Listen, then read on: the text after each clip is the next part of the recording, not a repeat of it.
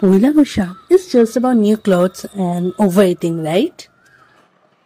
না, পয়লা বৈশাখ মানে just খাওয়া দাওয়া না, it's also something more than that. Let me show you.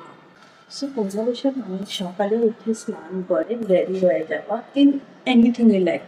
Basically আমরা সেদিন নতুন কাপড় পরি and this is my নতুন কাপড় order.